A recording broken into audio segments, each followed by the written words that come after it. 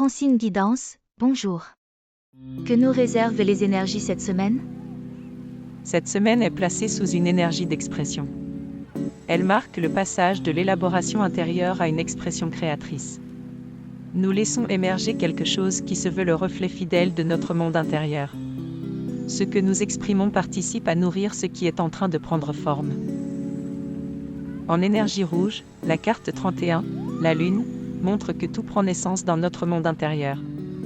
Les ressentis, les intuitions et les émotions constituent la matière première de ce qui cherche à émerger.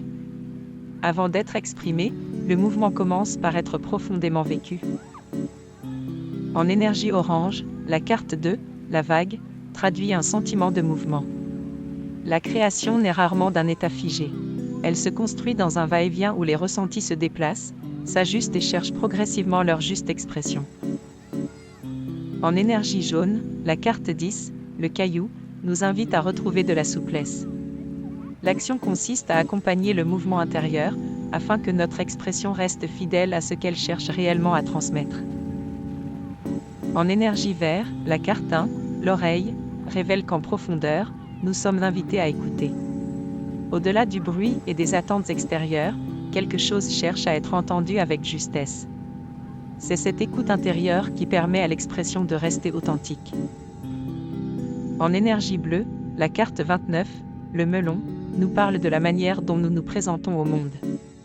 Il ne s'agit pas de construire une image, mais de trouver une posture suffisamment juste, pour que ce qui est exprimé demeure le reflet sincère de ce qui nous habite.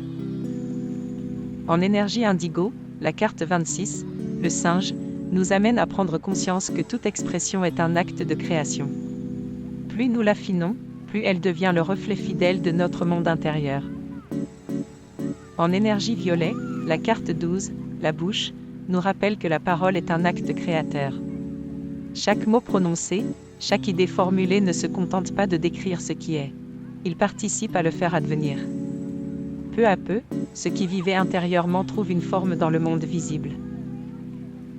La carte conseil, la créativité, nous invite à faire de notre expression le prolongement de notre monde intérieur.